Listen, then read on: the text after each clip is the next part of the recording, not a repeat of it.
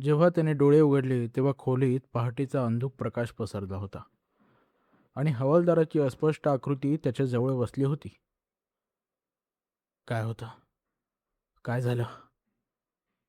स्वप्न होतं का खरं? स्वप्न नव्हतं गोसावी साहेब, सारं खरं होतं. हनुवटीवर हात चोळीत तो बारीक डोळ्यांनी हवालदारकडे पाहत म्हणाला, हवालदार, तूच मला ठोसा मारलास ना? काही न बोलता हवालदारने मानेनेच हो म्हटलं. का? साहेब, तुम्ही नाव सांगायला सुरुवात केली होती. गोसावी एकदम कॉटवर उठून बसला. हवालदार, तुला माझ्यापेक्षा जास्त माहीत आहे. होय साहेब, येताना टांगेवाला मला सांगत होता. ठीक आहे, आता सांग. साहेब, ती हाकमारी आहे. तो गप्पा बसला असे पाहून गोसावी म्हणाला, सांग सांग, पुढे काय? नाव कळलं की ती आहे नावाने हाका मारते, बोलावते आणि इच्छेविरुद्ध माणूस तिकडे जातो, असंच ना? होय, असंच. नावही माझ्या घशातून ओढून काढल्यासारखं निघत होतं हवालदार. पण आपल्या तोंडून नाव निघाल्याशिवाय तिची काही मात्रा चालत नाही, निदान असं दिसतं. पुढं काय होतं ते कोण सांगणार? जी माणसं जात नाहीत त्यांना कळत नाही, व जी जातात ती कसली परत येतात सांगायला? हेच एका पत्रात होतं हवालदार. ती सारखी हाका मारत होती. ती खिडकी उघडण्याची खटपट करीत होती. हवालदार, त्यासाठीच तर लसणीच्या माळा बांधल्या नसतील ना? त्यासाठीच असल्या पाहिजेत साहेब. इथं किती वेळ होती ती? तुमच्या तोंडून दोन अक्षरे निघताच झटक्यासरशी खिडकीकडे वळली, पण सगळं गप्प होताच परत गेली आणि बंगल्याला चक्र मारायला लागली. किती वेळ? ओशाळलेल्या चेहऱ्याने हवालदार म्हणाला, मला माहीत नाही. मी खिडकीवर पडदा टाकला, कानात बळे घातले व डोक्यावरून पांघरून घेऊन गच्च बसून राहिलो. तो आता तुमची हालचाल जाणवली तेव्हा उठून तुमच्याजवळ आलो. आणि टायगर?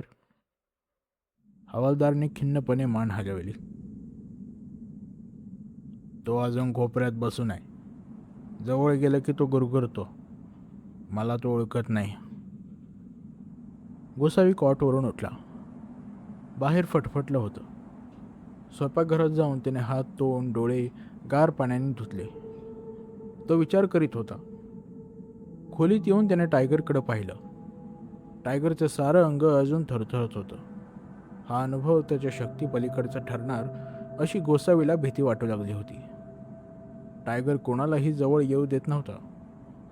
त्याचे डोळेही ठिकाणावर नव्हते. गावात सरकारी व्हेटरनरी डॉक्टर असला तर त्याच्याकडे जायला पाहिजे होतं. आजची इस्टेटवरची पाहणी रद्द करायला पाहिजे. गावातले कामे आज करायलाच पाहिजेत. बँकेचं पाहायला पाहिजे. सर देशपांडेचं पत्र आलं की पाहायला हवं. आणि हो, स्वतःशी बोलायला हरकत नाही. लसूण आणली पाहिजे. चहानंतर दोघं बाहेर आले. निजायच्या खोलीबाहेरचा अंगणाचा भाग त्यांनी नीट पाहिला. जमीन रेताड होती. त्यावर ठसे उमटले नव्हते. पण जेथे त्यांना ती काल उभी राहिलेली व वळलेली दिसत होती, तिथे कसल्या तरी खुणा स्पष्ट दिसत होत्या. माणसाच्या पावलांचे ठसे असं त्या खुणांना निश्चितपणे म्हणता आलं नसतं. पण काहीतरी तिथे जरा वेळ उभं होतं हे खास. 9च्या सुमारास दोघे निघाले. टायगरला कसा न्यायचा हा प्रश्न होता. शेवटी त्यांनी दोन्हीकडून जाऊन एक जडसर फडका त्याच्या तोंडावर टाकला आणि त्याच्या विलक्षण धडपडीकडे लक्ष न देता त्याची मुटकुळी बांधली. त्याचा आवाज ऐकून गोसावीला कसंसच होत होतं, पण मन घट्ट करून त्याने मुटकुळ्याच पाठीवर घेतलं. बंगल्याला कुलूप लावून दोघांनी गावाची वाट धरली. दोघं आपल्या विचारात गर्क होते. कोणाचीच बोलण्याची इच्छा नव्हती.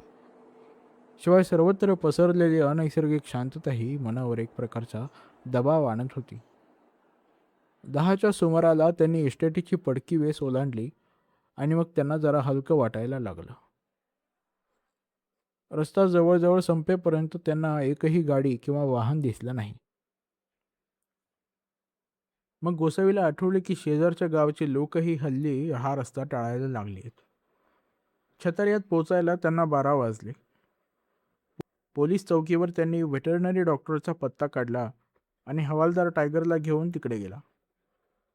त्याच्याबरोबर गोसावीने खरेदीची यादी दिली होती. गोसावी बँकेत गेला होता. तिथे चंद्रासाहेबाचे पत्र व त्यासोबत गोसावीचा फोटोही आला होता. सही करून देऊन त्याने इस्टेट अकाउंटचा ताबा घेतला व खर्चासाठी 500 रुपये काढले. पोस्टात त्याच्या नावावर चंद्रासाहेबाचं एक पत्र आलं होतं. त्याने ते घेतलं व तिथेच बसून इस्टेटीवर पोचल्याचे पत्र लिहून टाकले. हवालदाराची त्याने जरा वेळ वाट पाहिली, पण तेवढ्यात तो आला. गोसावीने पहिला प्रश्न टायगरबद्दल विचारला. हवालदाराने मान हलवली. टायगरवर त्याचा फार जीव होता. डॉक्टरांनी त्याला झोपेचं इंजेक्शन दिलंय व सध्या सापळ्यात अडकून ठेवलाय. कोणा सगळ्या रेबीजच्या वाटतात, पण लाळेत व रक्तात तसं काही सापडत नाही. त्यांना फारशी आशा वाटत नाही. हवालदार, त्याला आता परत नेण्यात अर्थ नाही, गोसावी म्हणाला. आपण त्याला येथेच ठेवू. बरा झाला तर ठीकच आहे. त्यांनी खानावळीत जेवण केलं. मग सायकली विकत घेतल्या. सगळे सामान कॅरियरवर बांधून दोघे निघाले. 2 शेर लसणाचं बंडल सर्वात मोठं होतं. घाट माथ्यावर ते आले तेव्हा 4 वाजले होते. तेथे त्यांनी सायकली थांबविल्या व दूरवर पसरलेल्या इस्टेटीकडे पाहत ते उभे राहिले. गोसावीची कालची स्थितप्रज्ञता नष्ट झाली होती. इस्टेटीत आता एक घातक अस्तित्व वास्तव्य करीत होतं. त्याच्या स्वभावाची, गुणावगुणाची व्याख्या अजून व्हायची होती. त्यांच्यावरच्या परिणामाची मर्यादा अजून ठरवायची होती. पण काल रात्री प्रसंगानंतर त्याच्या मनाने आपोआपच एक ठाम नक्की असा पावित्र्य घेतला. माणसांना व त्याच्या शत्रूंना 2 बाजूंना करणारी, विभागणारी एक रेषा जन्मास आली होती आणि तो व हवालदार या रेषेच्या एका बाजूस ठामपणे उभे होते. एक गोष्ट उघड झाली होती. तिथं जे काही असेल त्याला विवक्षित नाव देण्याचे त्याचे रूप स्वभाव बदलणार नव्हता. तर मग तिथे जे काही असेल ते माणसाच्या आणि प्राण्याच्या मनावाट त्यांच्यावर हल्ला करणारे होते. त्याच्या तोंडून त्याच्या इच्छेविरुद्ध बाहेर खेचले जाणारे नाव आठवताच त्याच्या अंगावर काटा उभा राहत होता आणि एक विचार त्याच्या मनात राहून राहून येत होता. हवालदार, आपल्याला 6 वाजेपर्यंत परत गेलं तरी चालण्यासारखं आहे, नाही का? 7 पर्यंत चांगला उजेड असतो. चालेल चालेल. तुमच्या मनात काय आहे साहेब? इस्टेटीवर पशुपक्षी जीवाणू काही एक नाही, हो की नाही? नाही. का? जनावरं फार हुशार असतात साहेब. त्यांना असले प्रकार तेव्हाच ओळखायला येतात. आपण आपल्याबरोबर एखादा प्राणी नेला तर? म्हणजे कसं म्हणता? आपल्याला एखादा ससा फासानं पकडता येईल. त्याला आपण आज नेलं तर? हवालदाराचे डोळे बारीक झाले. गोसावी घाईने म्हणाला, हवालदार, मला माहीत आहे त्या प्राण्याचे विलक्षण हाल होणार आहे, पण आपल्याला जास्त माहिती मिळवलीच पाहिजे. त्याशिवाय आपण इथं काय करू शकणार आहोत? म्हणजे तुम्ही इथं राहायचा निश्चय केलाय साहेब? अर्थातच गोसावी. म्हणजे तुम्ही इथं राहायचा निश्चय केलाय? अर्थातच हवालदार. एवढी खरेदी कशासाठी केली आहे मग? हवालदाराने समाधानाने स्वतःशीच मान हलवली. त्याच्या 1000 शब्दापेक्षा ती एक खूण गोसावीला जास्त मोलाची वाटली. ठीक आहे. त्यांनी सायकली उभ्या केल्या, वाऱ्याची दिशा पाहिली व वारा तोंडावर घेत खालच्या गवतात प्रवेश केला. जमिनीच्या चढ उताराची दिशा, तीवरच्या गवताचे व तणाचे प्रकार पाहून त्यांनी 4 ठिकाणी दोरीचे फास लावले. आणि त्याच्या मध्यभागी हिरवगार लुबलुबत गवत ठेवलं. दोघे जण परत वर आले व रस्त्याच्या कडेला दगडावर बसले. सांग हवालदार, गावात काय बोलतात? आपण दोघे महामूर्ख आहोत. ते खरंय. डॉक्टरांना काही सांगितलंस का?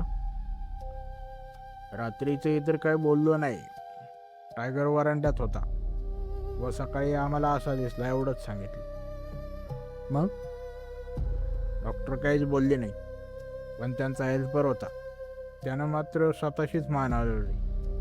त्याला एका बाजूला नेऊन मी विचारलं, पण तो एवढंच म्हणाला, याला इस्टेटीवर नेला ना. साहेब मूर्ख आहेत तुझे. बस. ठीक आहे, पुढं? गोसावी साहेब माझी थट्टा नाही ना करणार? जसं काय तू थट्टेने विरघळून जाणार आहेस गो. सांग. शंकराच्या देवळातलं तीर्थ आणि अंगार मी बरोबर घेतलाय. गोसावीने या दृष्टीने विचार केलाच नव्हता, त्यामुळे त्याला ते अनपेक्षित वाटलं एवढंच. पण आश्चर्य वाटलं नाही. हवालदाराची थट्टा करण्याचे तर त्याच्या मनातही आलं नाही. आपण नाही का लसूण बरोबर घेतली? विचारायची ती आणखी एक दिशा होती. या प्रसंगी त्यांना जेवढी मदत मिळेल तेवढी कमीच होती. अमुकच एक मार्ग बरोबर असं सांगण्या इतकं त्याला तरी ज्ञान कुठे होतं? हरकत नाही हवालदार, हरकत नाही. 5च्या सुमारास ते परत खाली आले. त्यांच्या फासापैकी 2 उपयोगी ठरले होते. त्या दोन्हीमध्ये गल्ले लठ्ठ ससे अडकले होते. त्या दोघांना जवळ येताना पाहताच तर ते प्राणांतिक धडपड करू लागले. हवालदाराने एकाला व गोसाव्याने दुसऱ्याला उचलले व खांद्यावर टाकले. सश्याचे कावरेबावरे डोळे पाहून, त्यांच्या जीवाची सारखी चाललेली उलघाल पाहून गोसावीला कीव आली. त्यांच्या रेशमासारख्या मऊ फरवरून हात फिरवीत गोसावी म्हणाला, हवालदार, हवालदार, या बेट्यांना आपण रात्री जिथं ठेवणार आहोत त्यापेक्षा यांना गोळे घालून ठार केलं असतं तर आपण त्यांच्यावर फार उपकार केला असता. पण इलाज नाही रे. तो मनाशी म्हणत होता, यातून तुम्ही जिवंत बाहेर आला तर मी तुम्हाला परत इथे आणून सोडून देईन, एवढं मात्र नक्की. दोघे बंगल्यावर पोचले तेव्हा 6चा सुमार झाला होता. अजून थोडे बहुत ऊन होते. हवालदार चहाच्या मागे लागला व वरांड्यात बसून गोसाव्याने चंद्रासाहेबाचे पत्र खोडले. प्रिय श्री गोसावी, तुम्ही गेल्यानंतर तुमच्या नावाचे एक पत्र आमच्या पत्त्यावर आले आहे. ते या पत्रासोबत पाठवित आहे. मला अशी आशा आहे की तुम्ही व श्री मोरे हवालदार एव्हाना इस्टेटीवर पोचले असाल. बँकेत पत्र पाठवून मी योग्य त्या सूचना दिल्या आहेत. त्याचप्रमाणे तेथील पोलीस इन्स्पेक्टरलाही योग्य ती माहिती दिली आहे. तिथे पोचल्यानंतर दर शनिवारी पत्र टाकण्याचा नेम चालू करा. तुम्हाला आता तेथील बरीच हकीकत माहिती आहे, तेव्हा योग्य ती काळजी घेऊन सावधगिरीने राहाल अशी माझी खात्री आहे. तेथील व्यवस्थेत काही बदल किंवा सुधारणा आवश्यक वाटल्यास जरूर करवा. त्यांचा सहानुभूतीने विचार होईल. कळावे. आपला J.K. चंद्रा. त्याबरोबरचे पाकिट एक बंद होते. ते आता गोसावीने उघडले. त्याची तार मिळाल्या दिवशी सर देशपांडेने ते पत्र लिहून टाकलं असावं. हवालदाराने त्याच्याजवळ चहा आणून ठेवला. तो घेत घेत त्याने पत्र वाचायला सुरुवात केली. श्री आनंद गोसावी यास सप्रेम नमस्कार विशेष. माझी तार मिळाली असेलच. तुम्ही छतारियाला जाण्यापूर्वी हे पत्र तुमच्या हाती पडावं या हेतूने आजच्या आज पुरे करून पाठवित आहे. तार स्पष्ट शब्दात केली होती, कारण तिथे घडलेल्या प्रसंगाची चर्चा मला अत्यंत त्रासदायक होते. त्याला माझा नाईलाज आहे. तुम्ही अजून जर ॲग्रीमेंट पक्क केलं नसेल तर त्यातून अंग काढून घ्या. मी हे अनुभवाने सांगत आहे. छतारे इस्टेट घातकी आहे, जहरी आहे, माणसाचा जीव घेणारे आहे. माझा ऐका. मला आलेले अनुभव लिहित आहे. लिहिताना सुद्धा मनाची चलबिचल होते. हात कापायला लागतो. तेव्हा जरा असंबंधपणा आला तर तिकडे दुर्लक्ष करा. पण हे सगळं पुन्हा मनात आणल्यानंतर आज रात्री झोपेच्या गोळ्या घ्याव्याच लागणार आहेत. माझ्या आधी तिथे कोणी शारंगपाणी कामावर होता. माझी त्याची प्रत्यक्ष गाठभेट झाली नाही. चंद्रासाहेबांनी मला त्याच्याबद्दल काही सांगितलं नव्हतं. पण तिथं जाताच बँकेमध्ये मॅनेजर छतारे इस्टेट या नावावर त्याने एक पत्र लिहून ठेवलं होतं. ते मला मिळालं. मी काही फार शूर वगैरे नाही, धीटही नाही. त्याचे पत्र वाचताच मी फार अस्वस्थ झालो. आता मला त्यातलं सगळं आठवत नाही. पहिल्यानेच त्याने लिहिलं होतं की बायका मुले आणली तर काय वाटेल ते झाले तरी त्यांना गावातच ठेवा, इस्टेटवर नेऊ नका. दुसरी गोष्ट ही होती की संध्याकाळी 7 नंतर, विशेषतः चांदण्या रात्री, बंगल्याच्या बाहेर अजिबात पडू नये व एक अक्षरही बोलू नये. आणि इतरही काही काही होतं. गावातला एक धटिंगण गडी बरोबर घेऊन मी इस्टेटीवर गेलो. बंगला आधी घाण झालेला होता. मला वाटतं शेवटी त्याने अन्नही शिजवलं नव्हतं. दुधाच्या डब्यावरच त्याने आपली भूक भागवली होती. स्वयंपाकघरात त्याचा ढीग पडला होता. आम्ही ते साफ केलं. आसपासची झाडं तोडली व चांगली 40 फुटाची मोकळी जागा तयार केली. पहिले 7-8 दिवस आरामात गेले. मला वाटलं मी त्याच्या पत्राला विनाकारण एवढं महत्त्व दिलंय. चंद्रासाहेबांना 1-2 पत्रही पाठवली. मनात जरा मला काही थोडीफार भीती वाटत असली तरी ती जवळ असलेल्या अमावस्येचीच होती. पण अमावस्या उलटून गेली, काही एक झालं नाही. मी सुटकेचा श्वास सोडला. पण तो अकालीच ठरला. कारण अमावस्येच्या नंतरच्या 3ऱ्या रात्री मला तिथली लहानशी चुणूक पाहायला मिळाली. आधी हा सारा प्रकार चालू असेल, मला त्याचं काही सांगता येत नाही. कारण एकदा मला झोप लागली की ती अगदी गाढ असते. आता नाही. स्वप्नांशिवाय एकही रात्र जात नाही. पण रात्री काही कमी जास्त खाणं झाल्याने मला पहाटे 3-3:30च्या सुमारास जाग आली. एकदा झोप मोडली ती काही केल्या परत येईना. आणखी एक गोष्ट सांगतो. इस्टेटीवर शांतता इतकी असते की त्याची कल्पनाच करता येणार नाही. मी टक्क जागा होऊन पडून राहिलो होतो. मनात काही खास विचार येत असल्याचे आठवत नाही.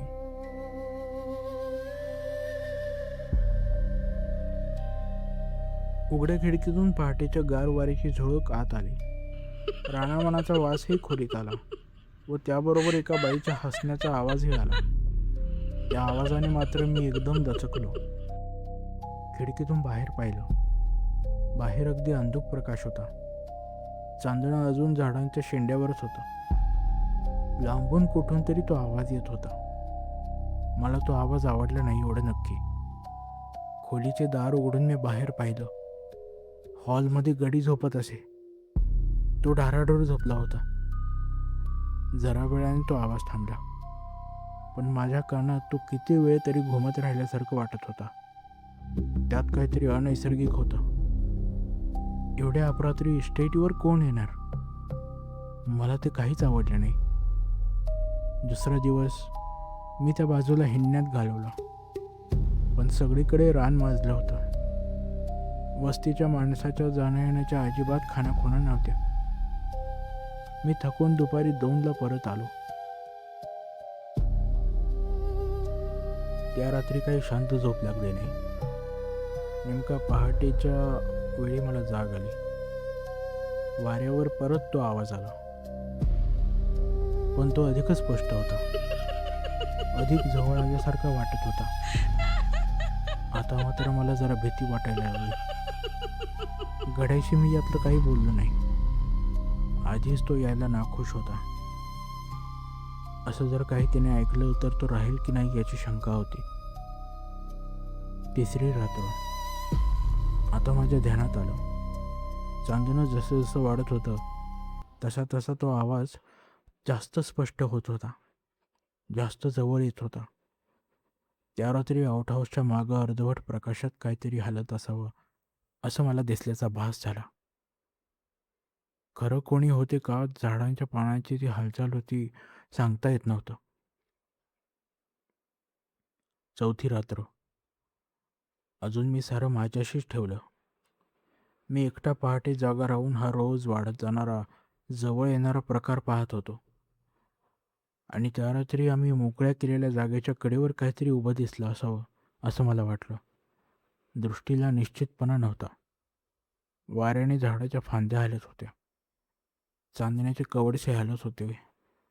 का ते उभं राहिलेलं कोणीतरी हलत होतं ते मला समजत नव्हतं. दिवसेंदिवस वाढत चाललेल्या या प्रकाराचा माझ्या मनावर परिणाम होत चालला होता, हे मात्र खरं होतं. रोज रात्री निजताना आज कोठपर्यंत मजल येणार याचा माझ्या मनाशी अंदाज चालू असायचा. पण हे कोडं दुसऱ्या रात्री उलगडलं. 2-3 रात्री सतत जागरण असल्यामुळे मी प्रयत्न करून सुद्धा त्या रात्री जागा राहू शकलो नाही. मला जाग आली ती अगदी जवळून आलेल्या हसण्याच्या, बोलण्याच्या आवाजानेच. झाडाची सावली सोडून इतके दिवस जे कोणी अगदी स्पष्ट दिसत होतं ते आता उघड्यावर आमच्या अंगणात आलं होतं.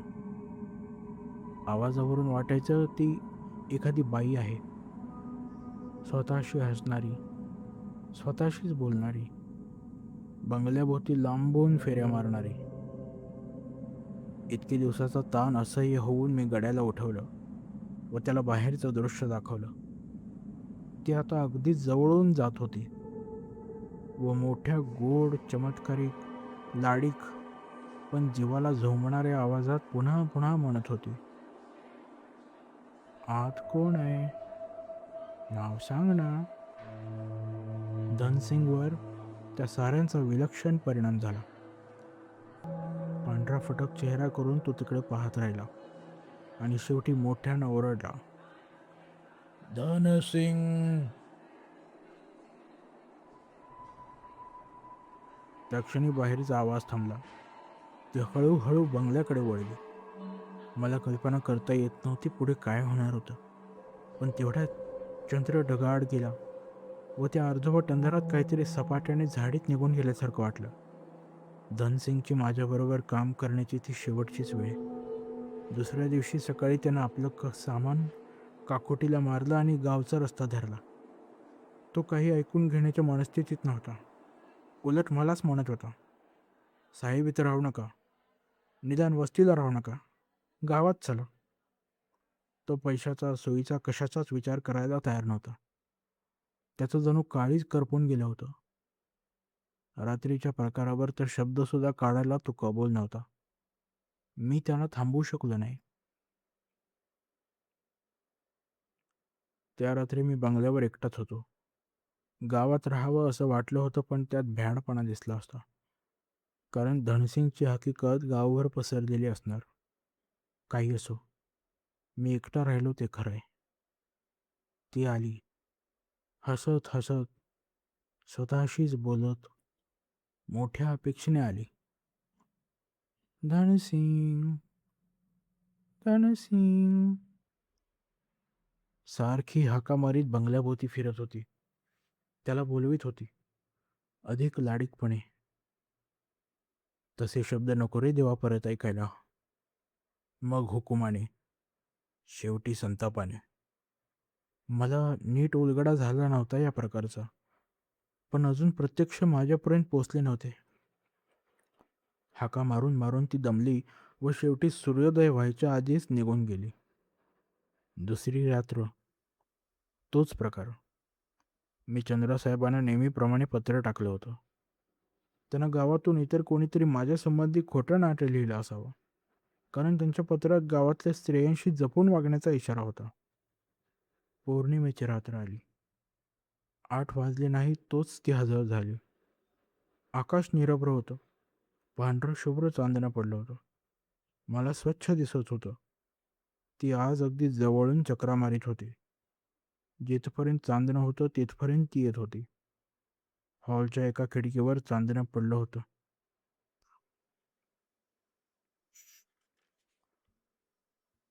तिथपर्यंत ती पोहोचली व मी प्रत्यक्ष जवळून असं तिला प्रथम पाहिलं आणि माझं तोंड झाकून घेतलं. देवाने नक्कीच या प्राण्याची निर्मिती केलेली नाही. वेळेच्या स्वप्नात सुद्धा असा चेहरा येणार नाही. माझ्या मेंदूवर त्याचा जळता ठसा उमटलेला आहे. आताही त्याला माझ्या डोळ्यासमोर तो येतो आणि माझे हात लटलट कापतात. साऱ्या अंगाला घाम सुटतो. डोळ्यांना चक्कर येते. डोळ्यांच्या खोबणीत काचेसारखे निष्प्राण डोळे, तोंडाच्या भगदडात वेडेवाकडे दात, डोक्यावरून सगळीकडे पसरलेले वाळलेले दोरीसारखे केस. असा तो चेहरा काचेतून आत पाहण्याचा प्रयत्न करीत होता. हात खिडकीचे चौकट तावदाने सारं काही तपासून पाहत होते. माझ्यात आणि त्या अवदसेत फक्त ती पातळ काच होती. जर त्यावेळी खिडकी उघडली असती तर मी पुढे विचारच करत नाही. पण बंगल्याचं काम जुनं आणि पक्कं होतं. खिडकी अभंग राहिली व माझ्यावरची ही काळ्या रात्रीची लाट परतून गेली. मी त्यातून सही सलामत बाहेर पडलो. कासावीस होऊन, कावरा बावरा होऊन, जीव मुठीत घेऊन, मन जागेवर ठेवून. दुसऱ्या दिवशी सूर्य उजेडापर्यंत माझ्या जीवात जीव नव्हता. मग मी ती खिडकी व त्या खालचा अंगणाचा भाग तपासला. बाहेरून चौकटीवर ओरखडे होते. खालची जमीन एखाद्या जनावराच्या खुराने उगरावी तशी उकरली होती. त्या दिवसापासून मी गावात राहायला गेलो. अनेकांनी अनेक प्रकारचे तर्क केले. कोणी म्हणालं हडळ आहे, कोणी म्हणालं हाकामारी आहे, कोणी म्हणालं डाकीन आहे. मी मात्र गप्प बसलो. ज्याचं काम घेतलं होतं त्याच्यासाठी रोज दुपारी इस्टेटीवर एक चक्कर मारण्याचा प्रामाणिकपणा मी मात्र शेवटपर्यंत सोडला नाही. पण तोही पण तेही तो महिना पुरा होईपर्यंतच. सारंगपाणीप्रमाणेच मी माझ्या मागून येणाऱ्या माणसासाठी एक सविस्तर पत्र लिहून ठेवलं होतं व पत्राने जागेचा राजीनामा दिला.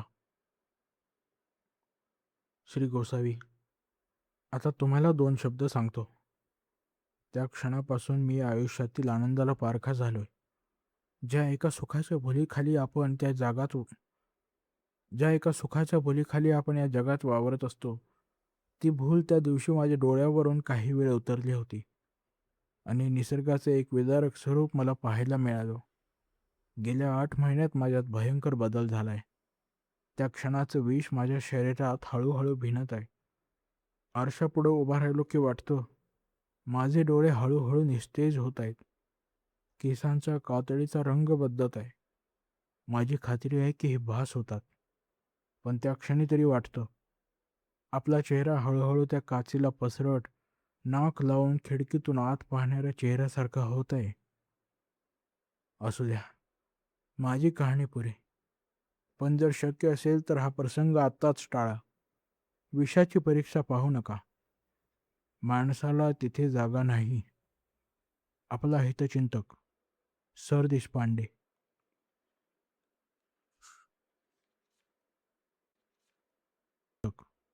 सर देशपांडे.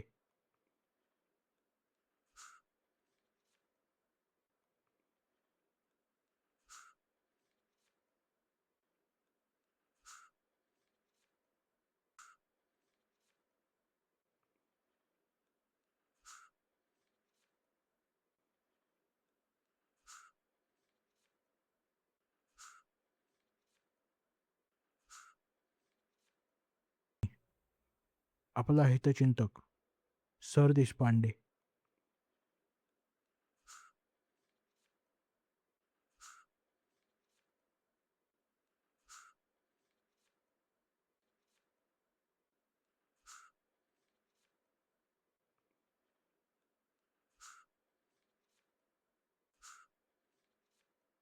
आपला हितचिंतक सर देशपांडे.